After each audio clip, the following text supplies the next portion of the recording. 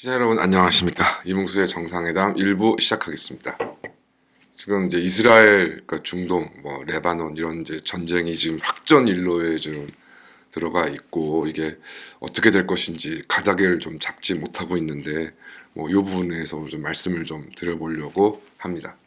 그러니까 일단 이스라엘이 이제 하마스로부터 이제 일종의 테러를 당해서 이제 많은 이들이 사망하고 이제 많은 이들이 또 인질로 이제 잡혀갔고 이에 대한 이제 보복, 이제 인질 구출 차원에서 이제 가자 지구에 대한 대규모 이제 공격을 실시를 했었고 이 과정에서 이제 하마스의 이제 민간인들, 하마스의 이제 지배를 받고 있는 가자 지구의 팔레스타인인들이 이제 많은 희생을 당해서 이제 이스라엘이 좀 많은 비난을 받았었고요. 다만 이제 하마스가 나름의 어떤 땅굴이라든지 이런 준비를 통해서 이스라엘이 굉장히 좀 곤혹스러울 것이다라고 예상이 최초 있었습니다만은 이러한 예상은 이제 보기 좋게 이제 지나갔고 하마스에 대한 이제 군사적인 어떤 붕괴는 가시화되어 있는 상황입니다. 물론 이것이 하마스의 완전한 소멸까지는 당연히 이어지지는 않겠습니다만은 어쨌든 그 주위에서 국제적으로 예상했던 것보다는 이스라엘이 가자 지구에서 상당히 큰 출혈 없이 이제 하마스를 사실상 붕괴 상태로 군사적으로는 붕괴 상태로 이제 몰아붙이는 데는 이제 성공을 했다. 이제 그런 과정에서 이제 이란이 이제 이런 하마스, 헤즈볼라, 그다음에 이제 예멘에서 활동하고 있는 후티 이렇게 세 개의 이제 반군을 큰 축으로 지금 이렇게 지원을 했었는데 이와 관련해서 이제 이란과의 이제 공방이 있었고 이런 상황에서 이제 계속적으로 로켓 공격을 시도했던 헤즈볼라에 대해서 이제 이스라엘이 이제 굉장히 광범위한 이제 공격을 지금 이제 진행을 했고 이것이 확대될 일로에 이제 있습니다. 그래서 헤즈볼라를 두고서 이제 이러저러한 얘기가 많습니다. 이게 테러 조직이냐 아니다. 그래서 정당을 가지고 있는 정치 조직이다. 이런 얘기가 있습니다만은 결론은 당연히 두 가지의 면을 다 가지고 있는 것이고요. 이제 문제는 이제 레바논인데 레바논 이제 헤즈볼라가 레바논에 이제 털을 잡고 있는데 이것이 과연 레바논이 어떤 상태길래 이런 헤즈볼라가 레바논 정부군도 아닌 헤즈볼라 군사 세력이 이제 이스라엘과 이렇게 마찰을 계속 빚고 있느냐. 이것이 이제 레바논의 아주 독특한 정치적 상황. 그래서 그러니까 레바논의 정식 국가가 이제 이러한 사태를 해결할 수 있는 상황이 아닌 것에서 현재 이제 어려움이 이제 지속되고 있는 것인데요. 이제 레바논은 이제 원래 당연히 예전에 19세기까지는 이제 오스만 터키의 지배를 이제 받고 있었습니다. 그러던 차에 이제 튀르키예가 이제 독일에 이제 가담을 해서 제1차 전쟁에 이제 참전을 하게 되고 그래서 영화 아라비의 로렌스로 유명한 이제 영국이 이제 여기 중동에 이제 튀르키예와 전쟁을 하면서 이제 당시에 이제 튀르키예 지배에 있던 현재 아랍 이제 민족들의 이제 민족주의를 이제 부추기고 이제 그걸 실질적으로 수행했던 사람이 이제 이런 아라비아의 로렌스인 것인데요. 그래서 이제 이 튀르키예 지배로부터 이제 현재의 중동 아랍 지역을 이제 해방을 시킨다는 명목으로 했다가 이제 나중에는 사이코스 피코 협정이라는 이제 프랑스와 이제 이 중동 지역을 크게 이제 양분하는 이제 식민 지배를 다시 이제 구축을 하게 됩니다. 그래서 이제 여기에 대한 이제 반발이 당연히 없지 않았고 이 와중에 또 유태인들하고는 이제 유태인의 별도 국가를 이제 독립을 지원하겠다라는 이제 이런 부분까지 생겨서 현재 이제 복잡한 중동 정세가 만들어지게 되는데 레바논은 당시 영국과 프랑스 협정에 따라서 프랑스 식민지가 되었고요. 그러다가 1943년에 이제 독립을 하게 됩니다. 그런데 이제 예전에 역사적으로도 이게 문화와 교류의 이루어지는 요충지다라는 이제 평가를 받았고 이제 고대에서는 우리가 잘 알고 있는 페니키아가 이제 이 레바논 지역에 이제 근거를 두고 있었는데 이러한 지역이다 보니까 이제 기독교, 유대교, 이슬람교 이런 식으로 다단한 이제 종교적 세력 그다음에 또 여러 가지 민족들을 이제 교차를 하다 보니까 굉장히 좀 복잡한 이제 구성이 되게 되었습니다. 그래서 이제 이것을 이제 이 레바논 민족이라는 것이 형성되어 있지 않기 때문에 이제 이것을 이제 종교적으로 이제 구분을 해서 이제 기독교, 이슬람교, 그 이슬람교 중에서도 이제 수니파와 시아파, 이제 레바논이 이제 시리아와 접경해 있고 이러다 보니까 또 상당수 전체적으로 소수인 시아파가 또 레바논에 상당수가 있었습니다. 그래서 헌법을 통해서 아예 이제 국회를 이제 구성하는 데 있어서 이 종교적 지분에 따라 의석수를 나누고, 그러니까 대통령은 또 기독교가, 그 다음에 총리는 이슬람 수니파가, 그리고 국회의장은 시아파가 맡고, 나머지 이제 뭐 여러 가지 또 변형된 또 그 종교 분파가 있기 때문에 이제 이들이 또 일정한 지분을 보장받는 체제로 이제 출범을 하게 되었습니다. 뭐 그러다가 이제 1950, 60년대까지는 뭐 그런 대로 이렇게 종교적으로 이제 딱 어떤 자신의 지분들을 인정받는 이런 체제가 이제 굴러가다가 결국에 이제 1940년부터 시작된 이제 이스라엘과 팔레스타인 전쟁, 중동 전쟁으로 인해서 팔레스타인에 이제 거주하던 이제 팔레스타인인들이 대거 레바논, 인접한 레바논으로도 이제 많이 이주를 하게 됩니다. 그러다 보니 이게 이제 종교적 지분으로 이제 구성되어 있는 이제 레바논 정치 체제가 갑작스럽게 이제 팔레스타인, 이제 이슬람을 믿고 있는 팔레스타인인들이 증가함에 따라서 굉장히 정치적으로 이제 불안하게 되고, 이러다 보니까 이제 1970년대에 이르러서 이제 레바논 내전이, 아주 심각한 내전이 발생하게 돼서 엄청난 이제 피해를 입게 됩니다. 그런 와중에 이제 팔레스타인 해방 기구, 이제 지금은 이제 팔레스타인 자치국 그 기구로 이제 변형된 팔레스타인 해방 기구가 이제 레바논에서 이제 굉장히 크게 자리를 잡고 있으니까 이제 이를 이제 진압하기 위해서 호시탐탐 기회를 노리던 이스라엘이 1982년에 레바논을 이제 침공을 해서 이제 팔레스타인 해방 기구 세력을 또 제거하는 전쟁에 이제 돌입하게 되었고, 뭐 이로 인해서 내전에 이제 관계에 있었던 이제 레바논 기독교 세력들이 또 레바논에 거주하는 이슬람교도들을 민간인을 학살했다, 뭐 이런 좀 끔찍한 일까지 벌어져서 이제 굉장히 좀 힘든 그런 상황입니다. 그래서 현재까지도 이제 앞서 말씀드린 종교적인 지분에 따라서 이제 그 정치적인 권력이 분배되는 시스템은 현재까지 이제 유지가 되고 있는데, 이제 이러한 가운데에 이제 1980년대, 90년대에 다시 이스라엘이 팔레스타인에 대한 이제 탄압, 그러니까 이전에는 이제 성전 지하드라는 게 벌어지면서 엄청난 이제 무력적 갈등이 벌어졌고, 이제 이러한 것들을 이제 이슬람에서 이제 패권을, 중동 세계의 패권을 누리고 있는 이란이 이제 이렇게 이스라엘에 저항하는 이제 무장 조직을 이제 지원하면서 이제 헤즈볼라가 큰 힘을 지금 가지게 되었고요. 현재 레바논의 의회 구성상 전체 48%가 헤즈볼라 혹은 헤즈볼라에 이제 동조하는 정치 세력이 구성되어 있기 때문에 뭐 이런 상황에서 이제 이스라엘과 어떤 협상을 한다거나 평화를 모색하는 것을 레바논 정부가 할 수는 없는 상황입니다. 이런 상황 속에서 이제 이런 이제 무력 전쟁까지 지금 벌어지고 있는데, 문제는 또 2022년부터 대통령직은 이제 공석에 있고, 뭐 이제 이런 종교 집단 간에 다시 갈등이 좀 불거지니까 대통령을 임명하고 뭐 선출하는 것이 이제 불가능하게 된 것이죠. 더군다나 이제 그 직후에는 또 총리까지 지금 공석이 되어 있어서 현재 레바논의 공식 권력은 이제 과도 정부가 지금 구성되어 있습니다. 그리고 이 과도 정부로 지금 헤즈볼라와 이제 이스라엘 사이에 이제 전쟁 상태를 뭐 조정하거나 타협을 구하거나 뭐 이건 현실적으로 굉장히 어려운 상황이어서 지금 이제 이 이스라엘의 헤즈볼라에 대한 무력 침공에 대해서 헤즈볼라만 대응하고 있을 뿐, 레바논의 이제 다른 뭐 정파나 공식적인 정부가 뭐 이를 조정하거나 대응할 수 없는 상황이고요. 그간 뭐 워낙 경제적으로 어려웠던 상황이기 때문에 그 레바논 정부군이라는 것은 참 보잘것없는 수준으로 격화돼 버렸고, 이제 이란의 끊임없는 이제 지원을 받았던 헤즈볼라가 뭐 레바논에서는 레바논 정부군을 뛰어넘는 이제 무력을 갖추고 있는 상황이니까 뭐 섣불리 또 헤즈볼라를 견제하거나 통제할 수도 없는 상황입니다. 그럼 이런 상황에서 과연 이제 계속적으로 이제 대한민국을 포함한 전 세계에 이제 의문을 던지는 것이, 과연 이제 그 이스라엘이 이제 남쪽으로 이제 가자를 침공하다가 이제 방향을 틀어서 이제 북쪽 헤즈볼라까지 지금 이제 침공하고 이제 전면적인 어떤 전쟁 행위를 지금 벌이려고 하고 있는데, 과연 이제 이런 상황에서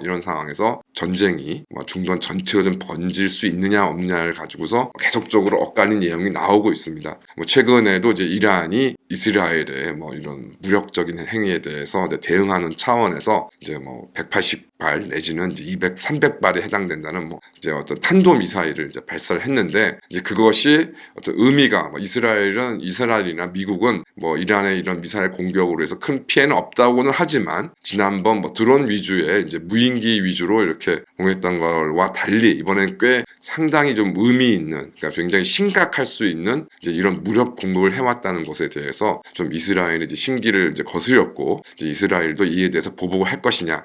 판단은 어느 정도 할 것이냐 또 이란이 또 이에 대해서 얼마만큼 또 이제 대응할 수 있느냐가 지금 이제 관심이 되고 있습니다. 그러니까 사실 뭐 이스라엘 입장에서만 딱 국한해서 보면 뭐 사우디아라비아, 뭐 아랍에미리트 포함한 이른바 이제 걸프 지역 국가들 같은 경우도 뭐 굉장히 신경이 쓰이고 여러 가지 또 그 어떤 그들 나라들이 어떤 태도를 보여주는가 굉장히 신경을 쓰지 않을 수 없습니다만은 전체적인 이제 국면을 보았을 때 크게 이제 그 이스라엘이 이제 정말로 좀 신경을 곤두서우는 나라들이 네 나라가 있는 것이죠. 첫 번째가 이제 이집트, 이란, 그 다음에 시리아, 이라크 그렇게 됩니다. 왜냐하면은 이제 사우디 같은 경우는 영토도 크고 또 원유 매장량은 뭐 전 세계 1위를 자랑하고 있습니다만은 인구 자체는 뭐 3천만, 그러니까 사우디 본국민으로 따져보면은 뭐 3천만이 될까 말까 하고 뭐 쿠웨이트나 아랍에미리트는 뭐 이에 비해서 턱없이 작은 나라이기 때문에 이들이 이제 어떤 무력으로 뭐 전쟁에 개입하거나 하는 것은 사실상 뭐 불가능한 일인 것이고요. 다만 이제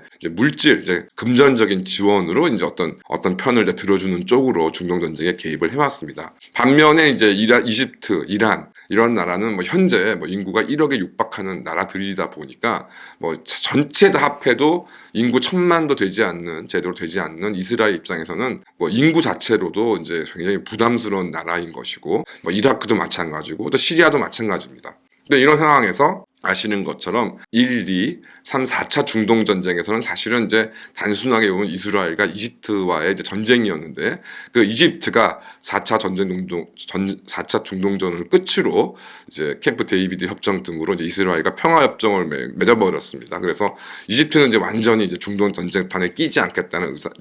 의사를 밝혔고 그런 상태가 또 50년을 이제 지속됐습니다. 이와 함께 조금 이제 이스라엘 입장에서는 나라는 크지 않지만 여러 가지 뭐 그래도 어떤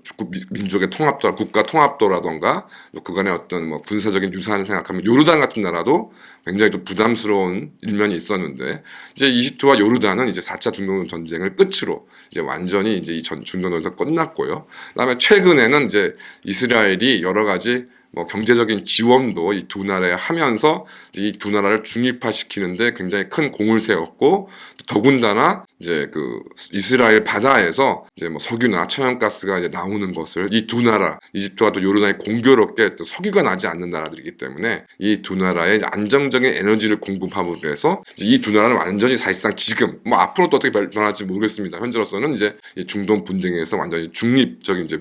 태세를 취하고 있습니다. 그 다음에 부담스러운 나라가 이제 이라크, 시리아였는데 아시는 것처럼 이제 이라크는 이제 이라크 전쟁과 이라크 내전 등으로 사실상 뭐 이스라엘을 군사적으로 좀 현재 위협할 수 있는 상황은 또 전혀 아니고 시리아도 이제 한때는 기세등등하게 뭐 소련제 무기로 뭐 4차 중동전까지 굉장히 이스라엘을 위협했습니다만은 아시는 것처럼 이제 시리아 내전으로 인해서 지금 본국의 어떤 문제를 수습하기도 쉽지 않은 상황입니다. 그렇다면 이제 남은 나라가 이제 이란인 것인데요. 그래서 이스라엘 입장에서는 부담스러운 여러 중동 국가들 중에 이제 이란만이 이제 이스라엘에게 현실적으로 위협이 되고 또 그것이 이제 현실적으로 핵무기 개발까지 이제 이루어졌기 때문에 이제 이란만 어떻게 통제할 수 있으면 어느 정도 자신들이 이제 당분간은 중동에서의 어떤 입지를 확보할 수 있는 상황이었습니다. 이제 그런 상황에서 지금 이제 그 이란이 사주한 이런 테러 조직 내지는 이제 그런 단체들에 의한 이스라엘의 공격이 있다 보니 이제 이란의 외곽 조직들이 이제 헤즈볼라, 하마스에 대한 전쟁을 하면서 이란의 영향력을 약화시키고 있고 이런 상황에서 딱 보면 이제